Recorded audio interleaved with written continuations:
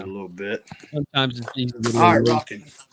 All right, now I'm going to go on YouTube and check and see if we're up live, and then go over to Facebook as well. Let's video phone and see if it's up on Facebook. Yeah, and I'll go over here to YouTube and see Facebook. What's We're live on good on YouTube? here. Yeah, we're good. We're live. Let's get on YouTube. We're rocking. Your phone here. Yeah, we're good. Yeah, we're good. We're on, man. All right, So- let's roll, man. Let's go. So where are you at right now, Heath? I live in Nevada, Missouri. That's where I was born and raised, and I'm just at home right now. We got my kiddos in there, so I had to come in my boys' room just for peace and quiet. Because I mean, you got kids, you know how it is. Yeah. Oh yeah, got kids. How old is your boy? What's that? How old is your boy? 5.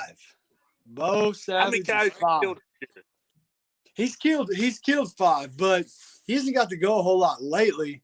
But the kid, I mean, I have fed this kid shooting and coyote hunting and hand calls since he was born. And what's really cool is, like, he shot his first coyote, a couple months ago on a live feed.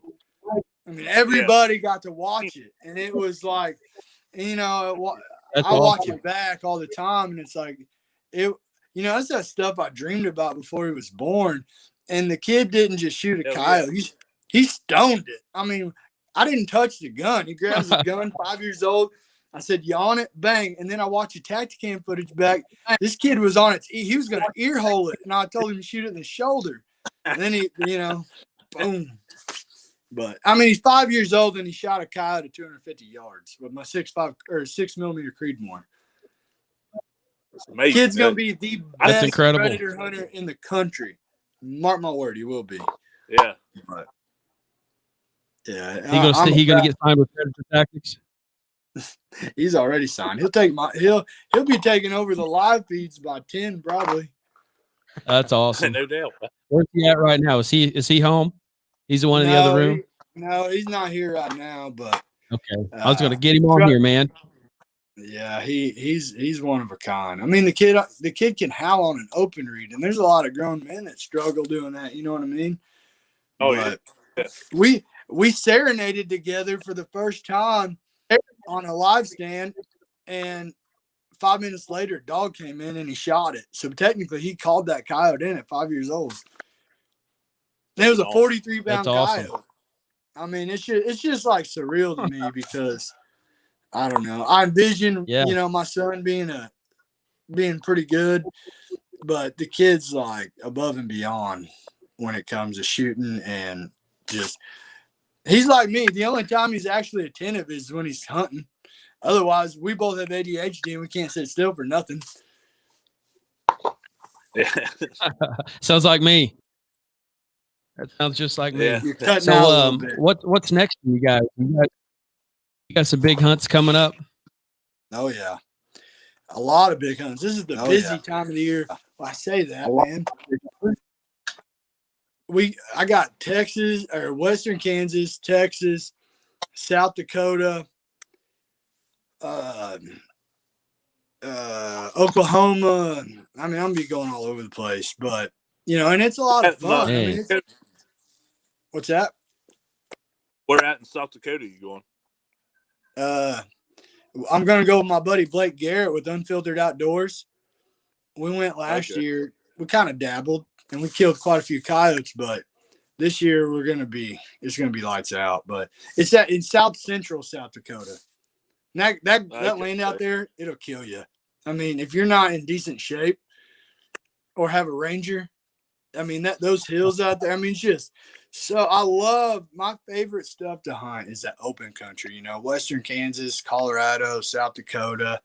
I mean that stuff. You can see the coyotes coming for a mile. So you see. What do you think your favorite state is to hunt? That's awesome. probably Western Kansas.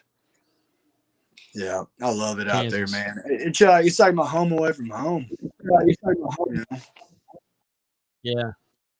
It's not too far of a drive from you either. No, it's like 6 hours, but to get to my buddy Whiskey's house. But you know, the landowners out there have just way bigger pieces of ground. Like one of the properties I hunt on, you know, I pick ground up like everybody else. I knock on doors.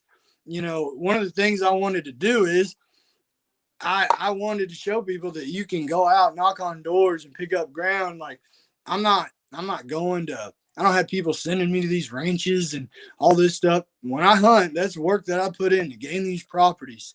And we have roughly 200, 300,000 acres in Western Kansas, the same amount in Eastern Colorado. You know, down in Texas where we're going, we have like 200 some thousand. To kill a lot of coyotes, you got to have ground. I mean, you just do. Yeah. Oh, yeah. That's why I'm around trying to pick up new land. Yep. And it's getting harder and harder, man, because, you know, for one, I used to be as big into deer hunting as I am coyote hunting. I've killed a lot of big deer. I ain't killed the deer my buddy David Witzke has. The guy's killed like 200 inches in his life with a bow. He is the deer hunting as I am the coyote hunting. I mean, the guy loves and lives it. But now that I got him on coyotes, he's probably going to outdo me. But, you know, all these guys lease this ground for deer hunting, and it's making it harder to pick up ground for coyotes because these landowners, that's kind of their livelihood, and they don't want to make their land, you know, their guys that are leasing mad. So, you know, it's getting harder and harder to pick up ground. But it also helps whenever I show up and I'm like, I've killed 200 coyotes since May. And, you know, have a little bit of credit. And you let them know, I'm not going to drive all over your ground. I'll walk 2 miles if I got to. You know, I'm going to put the work in to kill the coyotes. And I'm not just going to say I'm going to kill coyotes. I will kill coyotes if they're there, you know. But. See, my issue is I go and knock on the door and they say, I'm sorry, Heath Baker already has permission here. Yeah. No. And then I hunt ground that's pressured too, but and other people call. And you just got to switch up your strategy, man. I mean, it is tougher to call coyotes on pressured ground, obviously, but it's not, you know, impossible. You just got to switch up your tactics. It's not. Bit by a dog knocking on somebody's door? Have I ever been bit by a dog? Yeah. I have, like, twice actually, but Zach Snyder is on my live feed. I hope he's watching this because he gets out of the truck not too long ago, goes knock on his door, and this big, monstrous white dog just comes running. And I've never heard a grown man scream like a woman like that. And he jumped in the back of this man's truck, and it's like, I don't know. Let's just put it this way. I need my own reality show because I have so many crazy things happen. My buddy Kevin's like, you're just a magnet for stuff, dude. Crazy stuff happens. I mean, just, I don't know. But it's awesome. It's been a trip, man.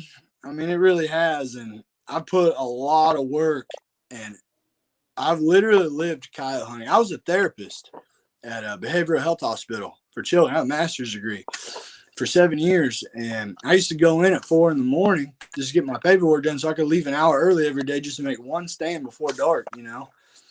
And I saved up all my time off, and it was for coyote hunting. And then I got with Predator Tactics, which is a great company, and they gave, you know, they allow me to do what I love, and just, you know, and then Jimmy, my boss, is like, I talked to him about these live feeds. He thought I was crazy. And I said, because, I mean, obviously you go live, there's no editing. No, sir. There's no going back and saying you use the sound, but you really use this sound, or saying you kill the double. And you know, what you see is what you get. And that's the number one thing that I am die hard about, is being completely genuine with people, being exactly who I am, fully transparent, but also showing people that this stuff works, man. And that coyote hunting, if you really think about it and like are very strategic about it, you know, instead of just going out, sitting down and playing rabbit, there's a lot more to it. There's a lot more. And what's cool is I get so many messages from guys like, man, I've been using this and I haven't killed any coyotes, but we've slayed them lately, man. It's been so fun. Or I took my son out and he got his first coyote, man. And honest to God, that's what it's about right there. And Heck yeah. So, no, Heath, here's something when I think about Heath Baker, man. I think that you've got it figured out on how to talk to the coyotes.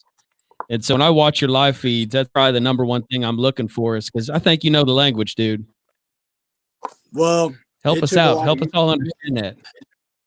I'll put it in the simplest. Here's my best advice. Out of 200, I shot one tonight. So 201 coyotes. I've killed 85% of them off vocals and pup distress. I mean, and people are like, what? What do you mean? Well, most people, when they coyote hunt, they go out there and turn on rabbit and they sit there. And they just let it play and let it play and let it play. You'll kill some coyotes that way, but it's going to get harder and harder because that's what everybody does. Now, yeah, my new favorite time to hunt coyotes is in the summer. In the summertime, I mean, if you go back and on the Predator Tactics Facebook page, watch those live feeds that started June 1st. We killed, me and Zach Snyder, when I met up with that kid, who's a great kid, freaking hard worker, good friend of mine. And, he's got a bunch of ground. And we killed a double, triple, quad, had one dry stand, and then we killed another quad and a double. Consecutively.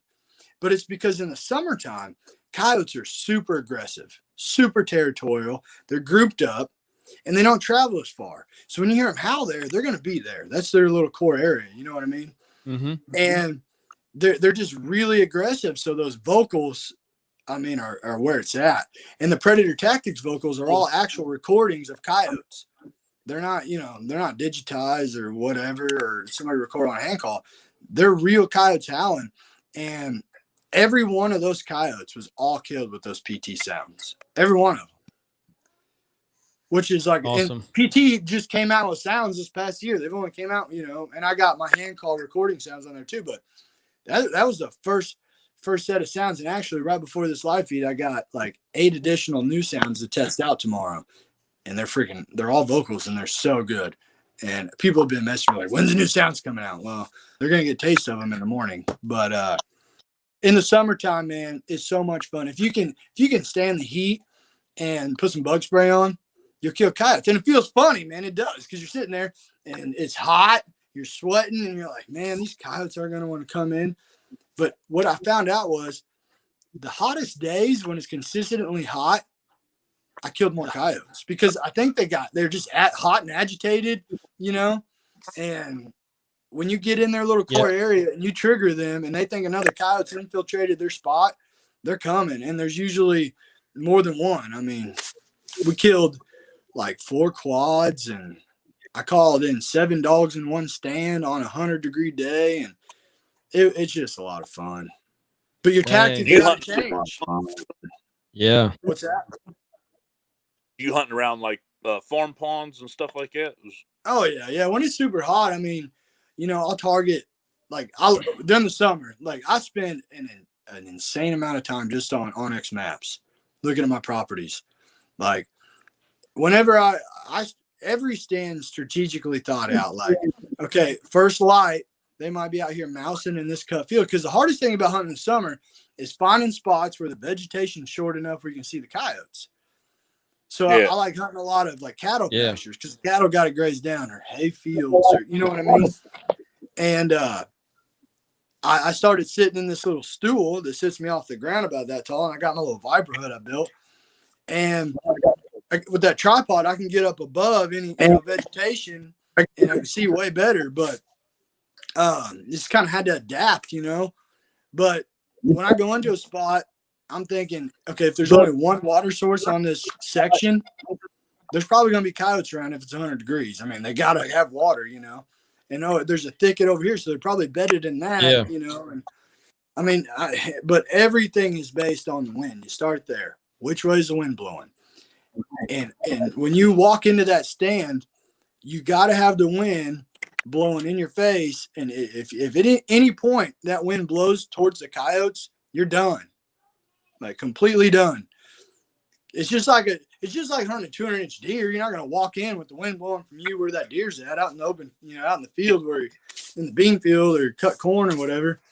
But coyotes, I've had coyotes win me from like 400 yards away. I mean, they can smell really well. If you don't play the wind and hunt them on a crosswind or with the wind in your face, you're wasting your time. You're just educating coyotes, and the goal is to never educate. Right. So when you go out there, 1,000 yards into a spot, and if the wind switches, I'll walk right back out. I won't turn the call on because I don't want to educate these dogs because that just makes them harder to kill. Yeah. I get it, man. So do you use a lot of fight sounds? Mm-hmm. You have luck with that? Yeah. Yeah. I mean, for sure. I mean, like pup distress, like my top, and everybody's wanting to know this, like what are my top 5 sounds? Like, but which some of them change depending on what time of the year, but for the most part, like that PT female interrogation, I always start out a sound. Like I howl. I start a standout with vocals from sun up to about 10 o'clock. During breeding season, all day long, I'll start out with a female interrogation. And that is a real subtle howl, you know what I mean? Because you don't want to start aggressive. If you start aggressive, if there's a submissive coyote around, you're going to spook them off. They're going to run away. They're not looking for a fight. But if you start out with interrogation howl, which is basically like a coyote saying, hey, I'm here. Well, it's just kind of letting its presence be known, and it's not real threatening. Another coyote that's not exactly an alpha or territorial might just come in to check out and see who's in the area, And then based on that, when you howl, you got to be patient. You got to wait because and I say this all the time in my life, just because they don't answer back does not mean they're not there and they're not coming in. On one of my live feeds, I did 2 PT female interrogations, and I sat there for like 6 minutes, and 7 coyotes showed up without even answering back. And they showed up in my face. They were like 50 yards right there. Yeah. And I stoned the alpha male, and the rest of them got over the hill before I got another shot, unfortunately. But it was still awesome. I mean, but vocals is where it's at. When you learn to use vocals, you will kill way more coyotes. I think me. So what's an invitation howl? I think me, you, and Jerry Landon on feeds about how and just waiting like 10 minutes, and then a lot of them, I've a lot of them too that won't answer, and then you sit there and howl, and maybe wait 5 minutes, howl again, wait 5 or 10 minutes, then play a pup distress, or something like that, and they'll come barreling in. Yeah. See, during the summer, even if which coyotes are more vocal in the summer than they are like typically right now. Right. They have not hardly howled at all for the last 2 weeks. And it drives me crazy because when they howl, it does 2 things. It lets me know there's coyotes there. There's half the battle. They're there. And if you listen to them and you can figure out kind of what they're saying, and you hear an aggressive coyote, then your odds of killing one just went up. If you challenge back, and if but like when they serenade, I always answer back with another serenade because that means there's a group. They're probably pretty territorial in that area, and they're going to want to come investigate if another group's in their area. Right. And if they don't show up after I serenade, I'll wait 5 minutes and I'll turn on real light pup distress, and that usually coaxes them right in. Yeah. That's awesome. And coyotes, in my experience, whenever you call them in on a vocal, they don't circle. 90% of the time, they come straight in. Now, when you play rabbit, a lot of time they'll circle out, 200-300 yards sometimes, which, that can kind of screw you on a stand if you can't see your downwind. But I usually try to set up to where I can see my downwind because that's where the coyote's going to end up, most of the time. Right. Right on. So what's the difference between an interrogation howl and the invitation? All right, here, let's just do a little. What's an invitation howl trying to say? Interrogation howl is just like a coyote letting its presence be known. And I thought I had a howler in here. And I don't have my PT one with me, but anyway. So and then an invite howl is just like a coyote saying, you know, inviting another coyote to come hang out, basically. Mm-hmm.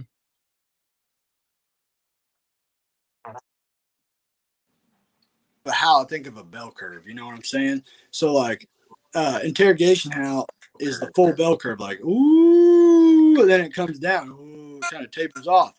An invite howl, which I'll just give an example, like interrogation howl sounds like this.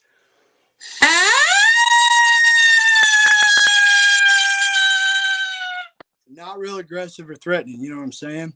And it might have a little soft bark in there, and then they'll do it again. Like an invite howl almost sometimes sounds like a challenge, but it's not as aggressive. And if you think about that bell curve, it comes up and then it starts to go down and it just breaks off like, okay? And it's close to a challenge, but you can tell the difference because the challenge is real sharp and to the point and it has a lot more barking in it. You know what I'm saying? Like,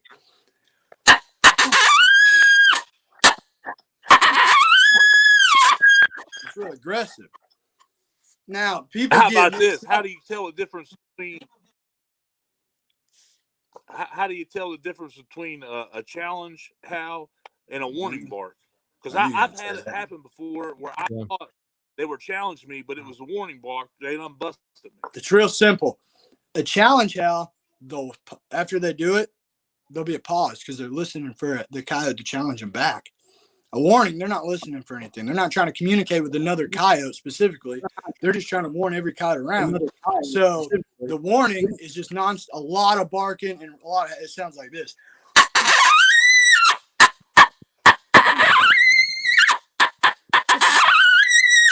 It keeps going on and on and on. And when that happens, you're done. But there's one thing you can do when they do that. If they're doing that, that means they're barking and they're not paying a lot of attention and they're giving up their location.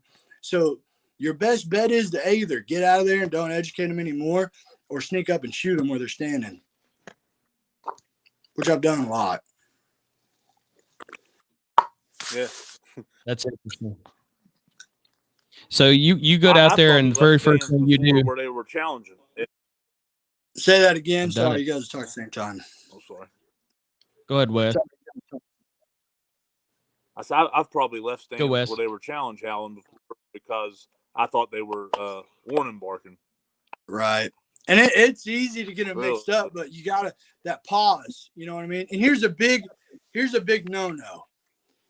When you get a coyote to respond, say you get a challenge and you challenge them back and they challenge back at you. I only challenge them back one more time.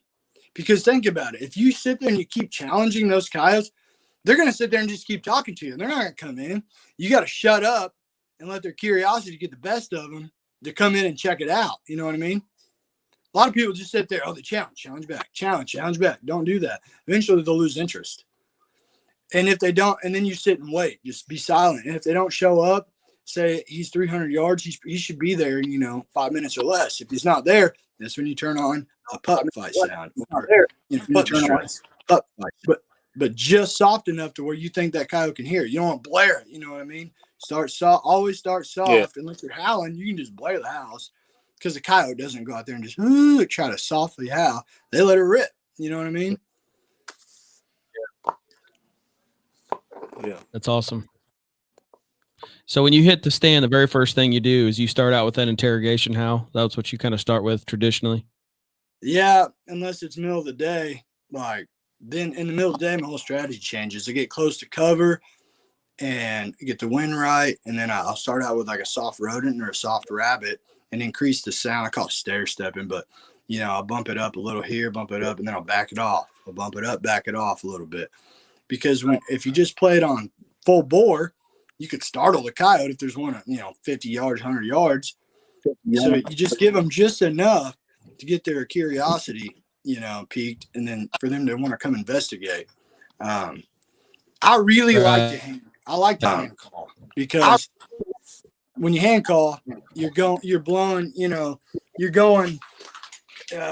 10, 15 seconds, and then you stop, catch your breath, and and when you stop and it's silent, that's when the coyote's going to come check it out.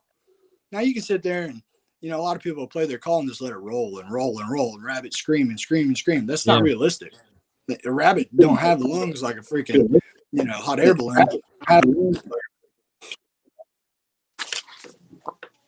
Yeah, but so those predator tactics, mouth calls that you're using, do they come in a package? Yeah, well, I think I remember looking, and there was like this one's a little bitty call. This is the raspy woodpecker, but I do a baby cottontail on it, and it's loud, but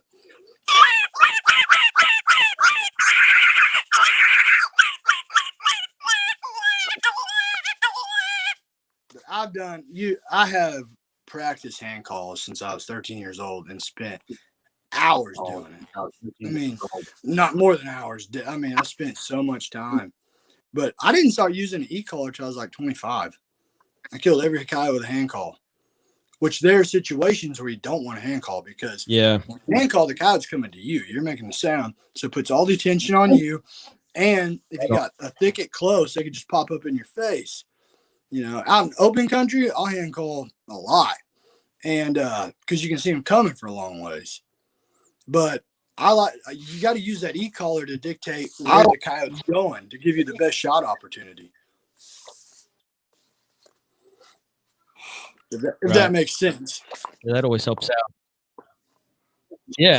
No, I like to use that. You could use it a few times in your favor. Once is off. And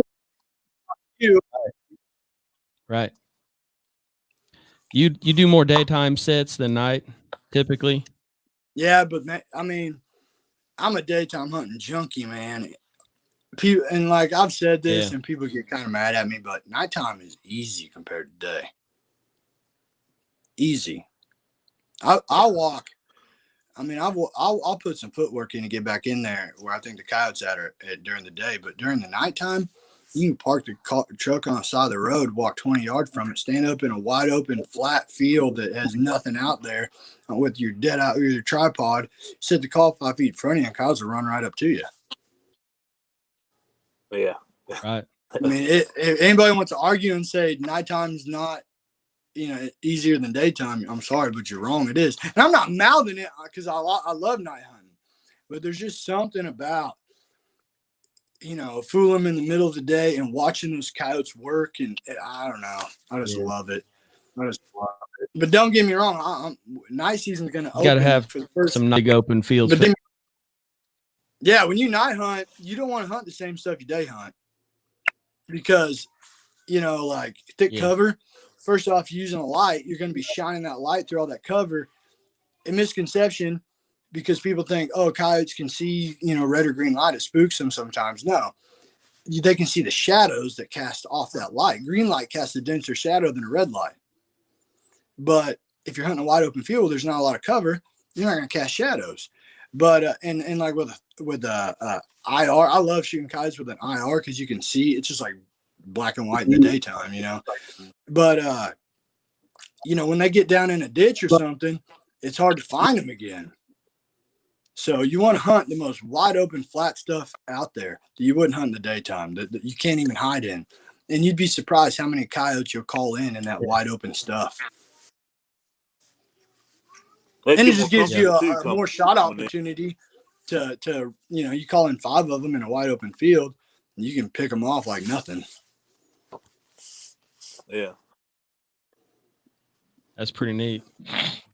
So, do you do a lot of tournament hunting, Heath? No, not really. How do you feel about tournament hunting? My honest answer is there's always people that cheat. Always. I mean, it's hard to not keep people from cheating. But I like to tournament hunt with my buddies just for the fun of it, but there's a lot of pressure on it, especially because my buddy's like, you do what you do, so we're gonna win, and you're whatever. Anybody can have a stellar day. Anybody. I don't care how good you are at calling coyotes.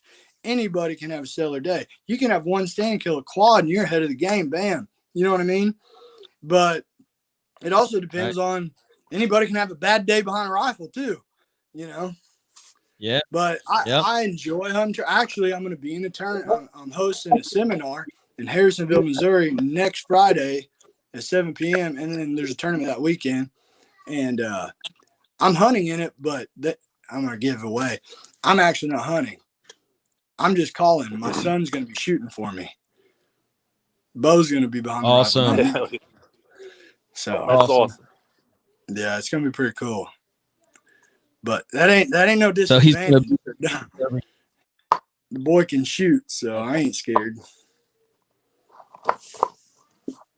Where's that going to be? Harrisonville, Missouri. Harrisonville, Missouri. Yeah, it's a local derby there. Yeah, I got a flyer that I'm gonna post tomorrow, and so basically I'm gonna be coming back from Texas and driving straight home, take a shower, and go to the tournament, check in, and do a seminar, and then wake up and hunt the weekend. You're a busy dude, man. You're living a lot of people's dreams, brother. Man, I will be on. I mean, yeah. I'm not gonna lie. I wake up every day. When I was 15 years old, I looked at my buddy, whose dad got me into coyote hunting. And after I shot my first coyote, I said, I'm going to do this for a living someday. And he kind of laughed at me, but I meant it because I love it that much. And people are like, do you ever get burnt out? No. I can get up every day and do it and love it, and every second of it. So I'll be honest with you. It has been a long, hard road to get where I'm at, but that just makes it even more gratifying. You know what I mean? Because it's not easy to make a living, and it's still surreal for me to even say I get to hunt for a living. It's still hard for me to believe, because I'll always be that 15-year-old kid that with a big dream of just hunting coyotes for a living, But to do it, hunting for a living is not about, you don't make money just going out and kill a coyote. That's not where it's at. You got to do something different from everybody else, and you got to have a lot of value in what you do. And the value in what I do, and what the plan was, there's not many people out there that teach everybody how to hunt coyotes. There's a lot of guys out, and I'm not talking bad about nobody, but there's a lot of guys out there that put hunt videos out showing them killing coyotes. But they're not going to sit there and tell you about how to enter a stand, what vocals to play, what time of the year, or tips on how to shoot coyotes long range, or how to blow an open reed and closed reed hand call. When you go to the store to buy hand call, on the back of it says blow into it and say wow. Well, that's not helpful. That's really not even how you do it, to be honest. But when you buy a PT hand call, you can go to when you buy the YouTube channel, and I sit here and zoom in and teach you how to put your mouth on, how to use your hand to create a fliction. You know what I'm saying? The stuff that I didn't get whenever I was learning, I'm trying to put out there for everybody, because, if it's already happened, but when people go out and their little boy shoots that first coyote, or they shoot their first coyote for the first time, and they feel that rush, man, that's just like, that's what it's all about for me. And, I just believe if you do things right and you take care of people, good things will happen. And it has, man. It has. And I'm very grateful for it. I'm grateful for all my followers, because they're so, I have the most awesome group of guys that follow me on that page. I mean, the guy named Josh, man, it's like I know the guy forever. I've never met him in person. He had a shirt, man, that said Bo Savage on it, and I needed primers, and he sent me primers, and other guys. One guy, sent me this Christian book, because I was talking about some things that were going on in my life, and he's like, man, I really think this will help you. And it's just like, that's awesome. I don't know. It's just so cool. One big family. So cool.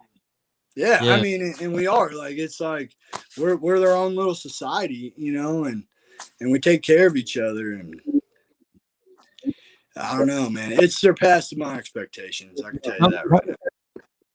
How many coyote tattoos do you have? I see. I got a paw. That was my first tattoo. There's a paw, and then I got a coyote on my shoulder. And then I got another one right there. I think 3. You getting the Predator Tactics brand? It's gonna happen. It's gonna happen. I lost the bet on live feed, so I gotta get a pineapple tattoo. See, and it's kind of funny because if you watch live feeds, Josh actually, one day when I blow a hand call, it's loud. So they may be laying in bed watching the live feed next to Mama who's about to go to sleep, and when I start blowing a hand call into the phone, it's like ah, you know. So anytime I'm about to blow a hand call, I'm like, hey guys, I'm gonna blow a hand call. So they made a code word. And it's pineapple. So they'll post a little pineapple emoji, and it just kind of stuck. And I've designed a logo that's being created that's like a pineapple. And in this part, it has the HB, and it's got a coyote howling out the top of the pineapple. It's gonna be so cool. I'm stoked for it. That's awesome.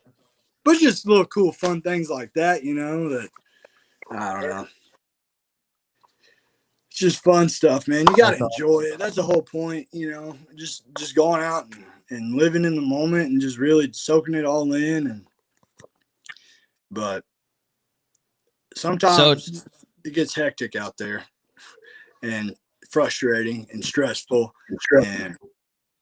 But what's that? We go through this. Just take a minute and talk to us for a few minutes here about some of Predator Tactics, their hunting gear and different things, because I know that that's a big part of you. I just think that everybody'd like to hear what you guys are doing out there. So what Predator Tactics is actually based out of Indiana, and they got a compound out there with actual like coyotes that they record their vocals from, and then they recorded my hand call sounds too. But so when I started with them, I was just on their pro staff. Like, I had that Alpha Dog page I started just for fun, and it grew pretty well. And they hit me up like, "Hey, all they sold was lights at the time, and you can't even hunt in Missouri with lights." And you know, I would go out to Colorado, but I'm like, "Man, Jimmy, who's my boss, and Josh Hardebeck's the vice president. I'm like, we need to come out with some daytime stuff, man. We need to come out."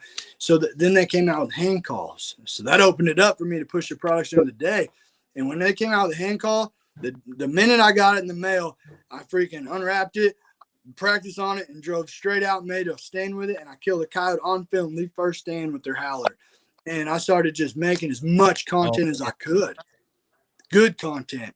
And then how-to videos, how to blow the hand calls. And then they came out with the tripod. And that tripod, the Deadeye, has absolutely just elevated my game because it's like shooting off a shooting bench. You know, right. with a set of shooting sticks, which when I started out, I screwed two pieces of dowel rod together like this and put some black tape around the top and I set my gun in there. And then I found out how to tie a string at the bottom because when you get excited, you move the flip apart and your gun hits the dirt. But but the rear of your gun on a set of shooting sticks, you know, is up and down. On that tripod, first off, when you lock it down, you can point it. What I call the worst case scenario. If a coyote pops up in your face and you got to move, you're probably not going to shoot him. But I've always got my gun pointed in the worst case scenario. One pops up, I literally lean down to shoot the coyote. But you can lock your gun down on that thing so just rock solid. Like this evening, I shot a coyote at 400 yards in the back of the head, and I had Tacticam footage to show it. And the guys that were hunting with me, they weren't. One of them just got a new gun. He's like, you take the shot. I'm not confident in it. I'm like, all right, boom, just smoked it, you know. But that tripod literally just builds your confidence, and you can stand up with it. It goes from 72 inches down to 17. You know, I can sit down, stand up, sit in my stool, and you can adjust it for whatever. But it's a game changer. If you're a predator hunter and you want to shoot like as accurately as possible, you need to get a tripod. Do you ever? So you're using a tripod during the day too? Are you shooting all reloads?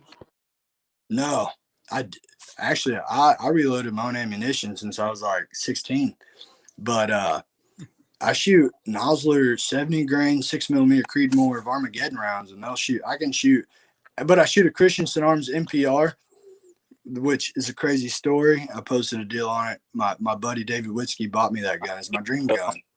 Yeah. He bought me that gun. I started tagging him in it, and now I'm an ambassador for Christensen Arms, which is like surreal to me. Cool. And I got to be in their 25th anniversary stuff out in Utah, and it's just it was amazing. But those guns, man. Oh my gosh. When I got that gun, I sighted it in and just took off as fast as I could to a stand. And the first stand, I smoked a coyote at 350 yards with it. And I was like, wow. Like, it's just a game. Like, when you spend the money on a really good rifle and that's consistent, it's a game changer. Which, here's the thing, though, and I want to make this clear. You don't have to spend an insane amount of money to kill coyotes. Because not everybody has the ability to do that. I'll be honest with you. I couldn't afford a $2,500 gun. You know, and it's got a carbon fiber barrel. It's light. It folds up. And I put it in my pack. I mean, it shoots. I can put 5 shots in a dime at 100 yards. I shot a coyote 1,100 yards with it, shooting factory ammo. But my advice to anybody that you know, just shoot what you're comfortable and confident shooting. I don't care if it's a 30-06 or 17 HMR. If you're confident in it and you're comfortable shooting it, shoot that. You know. Right. But when it comes to coyotes, I'm so tired of hearing people talk about a 17 HMR. Yeah. Hey, every Facebook thread has got a whole thing about 17 HMR. Oh, people just talking smack about it. And I'll go out tomorrow with my son 17 and kill 10 coyotes. I mean, 200 yards and then make it happen. I'll shoot them in the head all day, and they'll drop every time. But I mean, you can't. I mean, and I don't like that, man. Anybody talks negative about people, like, you know, there'll be some guys on there, some kids on there, like, oh, I'm shooting my 17. The guy's like, oh, that's not, you know, whatever. No, it's plenty. Just make a really good shot with it, and 200 yards in. I mean, yeah.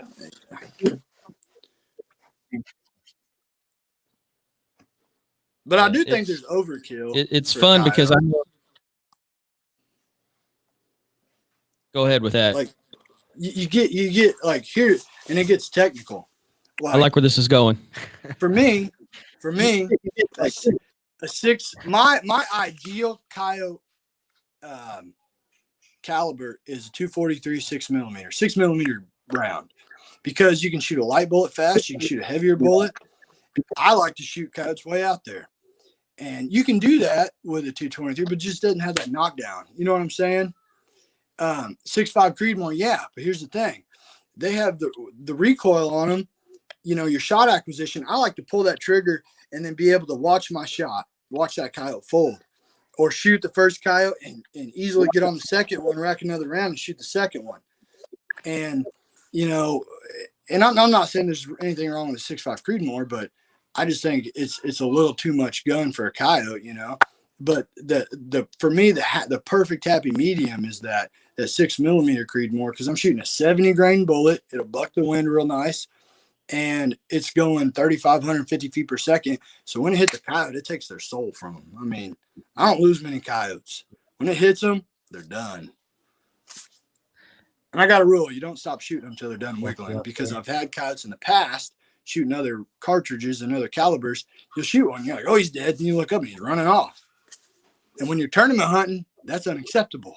Right. Every coyote has to die. So I shoot a 6 Creedmoor or 243. All off an AR platform? No, I'm a bolt gun during the day, and at night I shoot an AR. And I feel like if you want to kill more coyotes at night, you shoot an AR, because here's the thing: it's dark. If you're using lights, or, you know, an IR or a thermal, once you take your eye out of that scope, you got to find that coyote again. You know what I'm saying? So when you shoot with a bolt gun and you got to rack another round, you're going to move your head and lose the coyote. With an AR, it's bang, there's another one, bang. You know what I mean? So I'm an AR at night. I shoot a Christensen Arms CA556. It's a 223, because most of my coyotes that kill at night are, you know, 100 yards, to be honest. But I've killed them at 500 yards at night too with a 223. But I do that because the gun shoots really accurately, and I can put a bullet where I want to put it.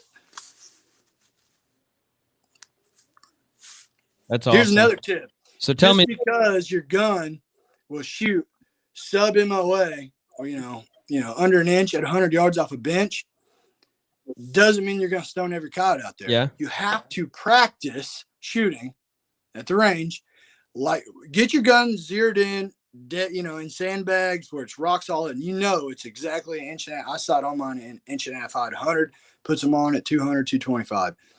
But when you practice off of your tripod or your shooting sticks, get that muscle memory down, because anybody can sit down on a bench and shoot a steel plate at 500 yards, but can you sit on your butt like you're in the field, shoot it off your tripod at 500 yards? Big when difference. you practice doing that, it builds that confidence, and you're going to make more shots like that out in the field. So are you standing up behind the tripod at night? Or are you sitting down? You stand up? Sometimes I get lazy and I sit down in a little chair. But Yeah. most time I stand up. Yeah. But I carry a lot of stuff in the field. Yeah, that's what we do. We're always standing. People are like, "Oh, is all that stuff necessary?" For me, yeah, it is, because I got an Eberly stock pack. My gun slides down into, so when I walk out, I'm hands free, and it just takes that strain off of me.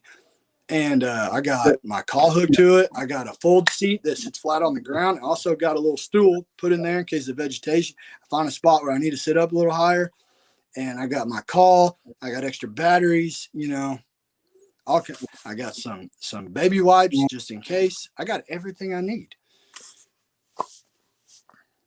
Ready to go. Yeah, always. Ready to go. Hey, so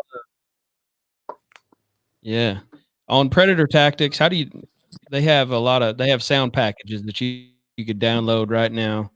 To be honest, I don't run any Predator Tactics sounds, but I'm probably going to have some this weekend. 201 coyotes since May 1st. I probably would get them. I mean, just saying, just throwing it out there. They work. I mean, that's real quick. That's what I think. Probably should get them. From a business standpoint, going live and killing coyotes with those sounds, nobody can argue that those sounds don't work. Nobody. Because they've killed 201 coyotes since May 1st. I mean, because you watched it happen live. You know what I'm saying? You watched 4 coyotes come in off of 2 interrogation hounds. You watched triple come in off a Mom Pup Serenade and get smoked. I mean, it's just, and what's crazy is I can't believe nobody else has done it. And I don't know why nobody else has tried to do it. No, I understand it's kind of ballsy. Yeah. Well, it's probably going to start happening soon, I'm sure. I hope it does. I love it. And that's the thing. Like, if somebody went out and killed 300 coyotes, in 5 months, I'd be like, that's awesome. That is awesome. Because I don't look at it as a competition. Yeah. I don't look at none of it. Like, I think a lot of people in the outdoor industry and predator hunting industry look at everything as a competition. You got to be the best caller. I do not. I will never, ever say that I'm the best coyote caller in the world. Never. Because I'm not. There's somebody out there you never even heard of that's out there killing the crap out of them, man. And, my son, he might be the best caller in the world. I don't know, but, and,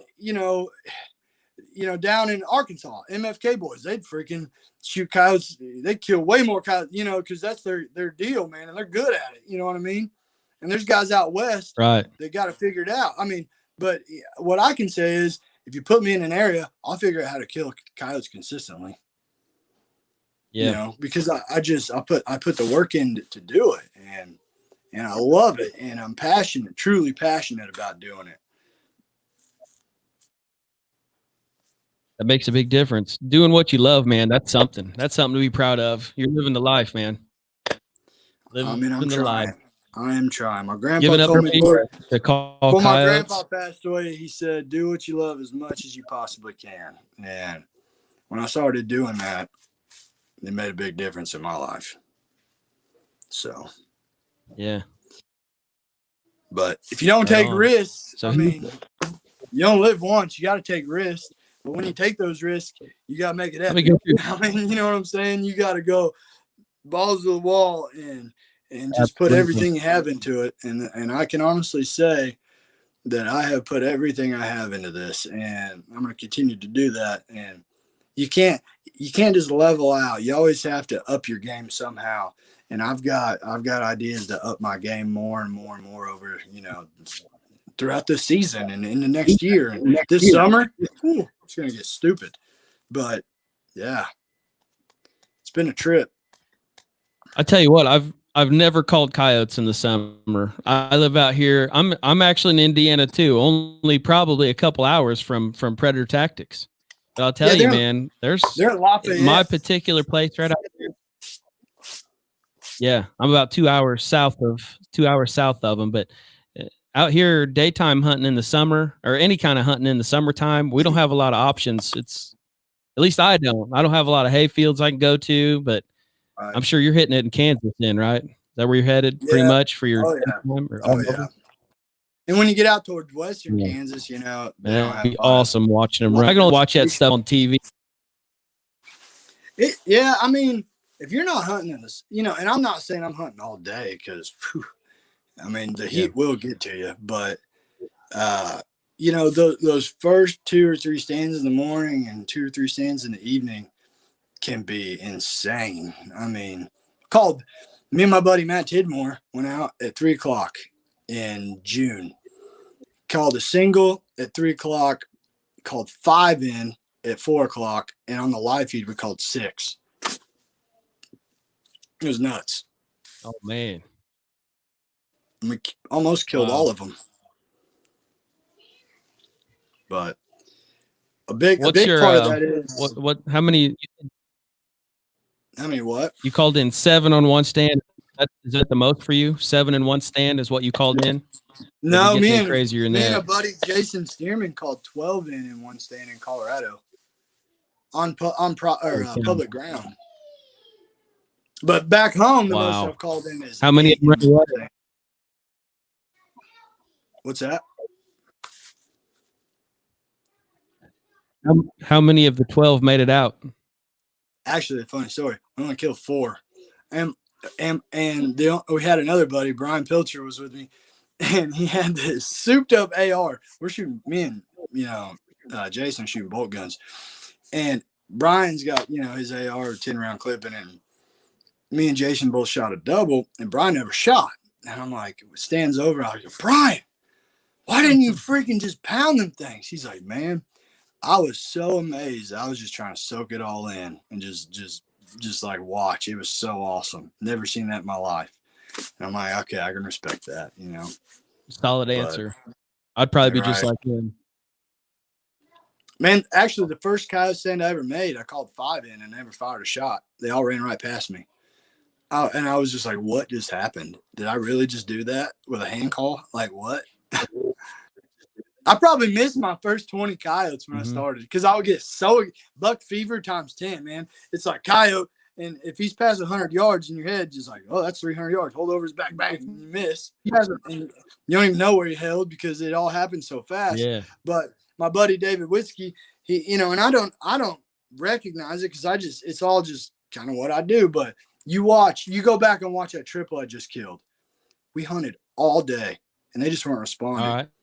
And the guy I was hunting with is like, dude, they're not calling. Let's just give it up. I said, no, one stand can be epic. We got to make this last stand. And that might be the dopest triple ever because it's Predator Tactics Steve Challenge. I got this big male to come and stand there barking at me. There's another coyote. And it's funny because all the comments are like, why didn't you shoot them when they stepped out? Because I just sat there filming through my Tacticam, through my scope. And I said, well, first off, I knew there was more behind it. Second off, I read their body language. You got to keep your composure. You know what I'm saying? You got to keep your composure. And that's hard to do sometimes because you get so excited. I still get super excited sometimes. But if you can keep your composure and read the coyote's body language, by that I mean if they're, if they don't tuck the ears back and turn the shoulder and they're facing, you're probably still coming in. They're not going nowhere. But as soon as they tuck their ears and they kind of start to veer off, you better get them killed, bark them and kill them. But if I would have shot as soon as those dogs stepped out, that double I shot right after that single wouldn't have showed up. They would have ran off. That's awesome. Nice to see you back, Wes. Yeah, buddy, I hit the wrong button or something. I don't know what it does. Oh, leave it to you, right? You missed out on everything. I'm going to kill 10 times more because the part that you missed out on. Whatever, dude. He can go back and watch it again and take notes. Hey, Heath, so here's the thing, man. Heath, here's my favorite part of this whole interview was you on those mouth calls and explaining. And I know that looks like we had at one time we were up over 40 viewers at one time, but can you just go through that with us one more time before we get off here? Just explain to us some of the basic house. Okay, so the house, man, just demonstrating those house. That's incredible. And I don't have my pizza. I when I'm out in the field, I have a Predator Tackless Coyote Reaper. It's in my truck actually, but so just kind of touching back on it. Whenever I think about the house, like I think about that bell curve, like so, like a coyote whenever it howls, so ooh, and it kind of tapers off. An interrogation howl, if you think about it, is like that full bell curve. Also a long howl. It's real subtle and long, not real, threatening, but and it sounds like this.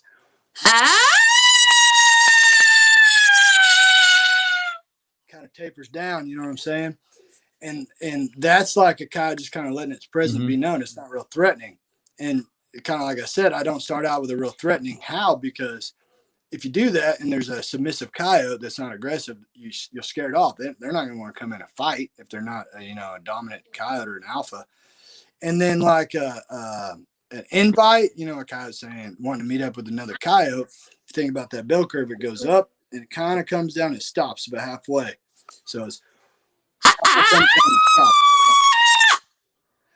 so it's close to a challenge, but not as aggressive. A challenge is just like straight up and stop, and it has more barking. And now he asked earlier what the difference between a challenge and a warning bark is. The difference is when a coyote challenges, there's a pause in there because they're listening for a coyote to respond back and challenge back. The warning bark, they're not listening for that. They're just yapping and yapping and barking and barking. But a challenge is more like,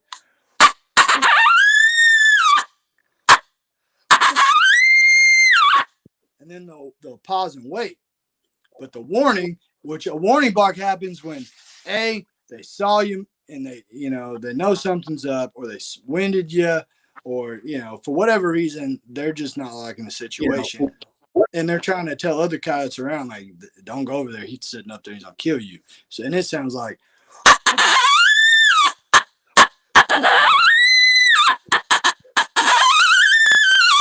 and there's not a lot of pause in there. So when that happens, like I said, you can either sneak up and shoot them because they're so focused on barking and yipping, they're not really paying attention sometimes, or you can back out and don't educate them. Don't keep calling at them. That's a no-no. They're not coming. I mean, so if those three right there, if you can give them the invitation, the interrogation, and the challenge, what more is there? Is there anything else that we need to be to know thinking what to about? do in response? To know what to do in response is everything. Yeah. And like I said, 85% of the coyotes out of the 201 have all been on vocals. I mean, and not people just aren't comfortable playing vocals because they don't know what they mean. Once you figure out what they mean, you're going to be more comfortable, and then you'll kill more coyotes. But like, say you start out with that like PT female interrogation. All my stands will start with it. So, and then you get an interrogation back. I'll give them I'll up the aggression level just a little bit, because there's other interrogation howls, like cardinal interrogation, which is cardinal's the coyote that they recorded it from, the name of the coyote, and it sounds a little more aggressive, but it's still an interrogation howl. Just switch it up to kind of pique that coyote's curiosity a little bit, and then I'll shut up and wait, because you don't want to sit there and just keep going back and forth, because if the coyote's howling, he's not walking in or running in. Right. You got to stop, shut it off, and be patient in between your house. I used to not be, man, I have ADHD and I was not patient. My coyote stands back in the day were like max 15 minutes. Now I'm sitting like an hour. And I one stand during the live feed, I killed a single at 7 minutes, a double at 25, and then another single at an hour. So I just kept switching the sounds up, Playing go through a lot less. What's that? Go ahead, Wes. You play or kill them on all vocals, or? Yeah, like pretty much all the coyotes this summer, even up to now. I think I've only killed like out of the 201, maybe 10 of them have been on rabbit. Really? Mm-hmm. It's crazy. Well, when back in the day, I used to just sit down and, just freaking roll the rabbit, like 99% of hunters do, coyote hunters. Yep. But I'll still start out with rabbit sometimes, but most of the time when I do that, it's in the middle of the day. Now, here's the other thing. If I play vocals and nothing responds, and I answer myself, because if I howl nothing answers, I'll wait 5, 6, 7 minutes and answer myself on the hand call or on an e-collar, and then I'll wait. And if nothing shows up, then that's whenever I start out with a soft rabbit, and like a subtle rabbit, like nothing just crazy aggressive, like, oh my God, I'm dying, screaming. I'll start subtle, and then I'll play that for 10, 15 minutes, and then jump into a more aggressive distress sound after that. But I definitely sit way longer. Yeah, I was going to ask that too. I was going to ask. You cut out a little bit. I was going to ask you, at what moment do you finally? I said I was actually going to ask you, at what moment you decide you're going to start throwing in some predator, distress sounds and things. But you kind of answered that for me. It's breaking up real bad on me. Oh, is it? Let me check this here. You talk to him, Wes. Maybe it's on my end. You're running Lucky Duck call, right? Still can't hear you. Sorry. It's crackling real bad. How about now? Yep, you're solid. Everything's good on our end. Yep, we're good now. Say that again. Sorry. Right on. Sweet. No, what I was starting to say earlier is I was just going to ask you, at what point do you say, vocals aren't working, I'm going to throw out some distress calls? But you kind of answer that. Yeah. Whenever I just sit there for a period of time and, nothing shows up. But that changes like during breeding season, even if they don't, like breeding season is just like summertime. Even if they don't respond, I'll jump into like a submissive pup sound or a submissive female or breeding sound. I got this sound that I recorded called HB Breeder, and it's good year round, but I did 3 different sounds on an open reed. One of them's a growling sound, and then a yipping, and then a high pitched estrus sound that the coyotes make during high female makes. And Predator Tactics edited them all together, and it's freaking awesome. But during breeding season, you could sit down and play that sound alone and, kill coyote. It's like the coyote rut, you know what I'm saying?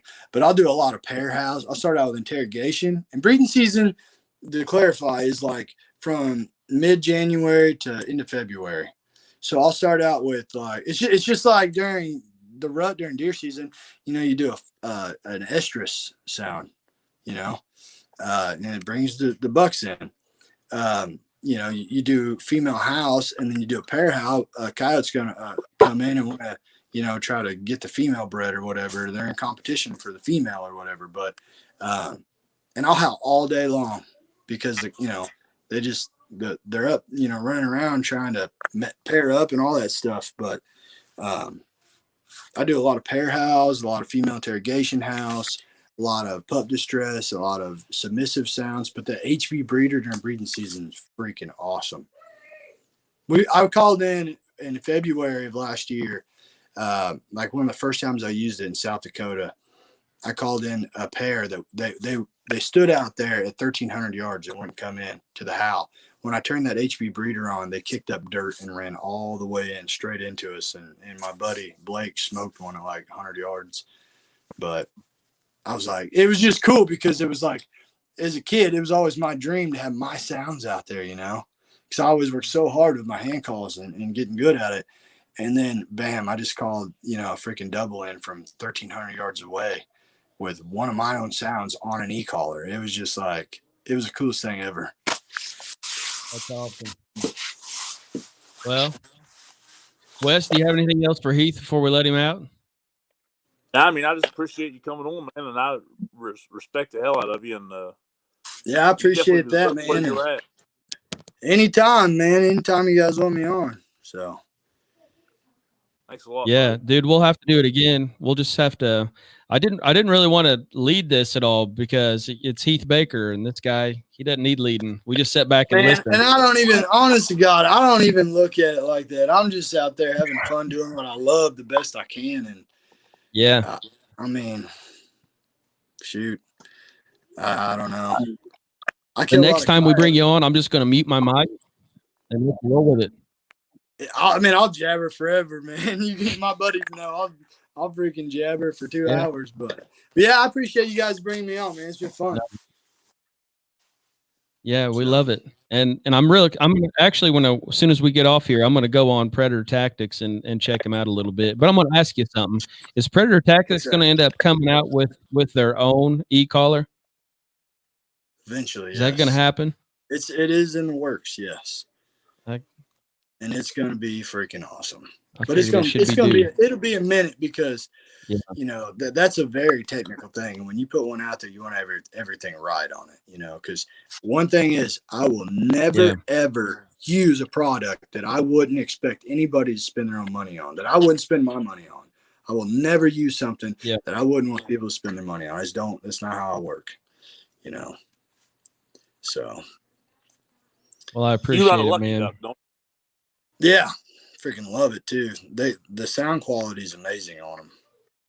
You run a Revolt? Yeah. No, I run honestly my favorite call is that little Riot, dude. That thing's loud and it's got a decoy. Funny story, real quick. My buddy Cody and we just shot a coyote and I didn't know it, but I accidentally hit a button and it was playing a howl. And I'm like, dude, there's a coyote right down there. I literally picked my gun up and I'm like stalking up. And as I got close, I'm like, wait, it was the call. I looked at it, I'm like, I feel so stupid right now. But that's how good it sounded. I literally thought it was a guy like, where is this thing? I'm glassing. I don't know. It's a blooper moment. Awesome. All right, guys. Well, I appreciate it. Anytime. Yeah. Appreciate you a lot, Heath. We'll be back in touch soon, brother. All right, sounds good. Have a good one. We're out, man. Thanks, yep. See you guys. You want to just keep talking on this? What do you want to? So, what do you think, Wes? Was it nice having a? Oh my God! He took off. Anyway, guys, I just want to take a second of your time. Hope you all enjoyed this, and I know that some of you had some questions and things in the comments. I didn't see them until it was a little too late, but we appreciate all you guys tuning in. We're going to go ahead and cut this off. Appreciate you, Heath, for being on. Love you, brother. We're out.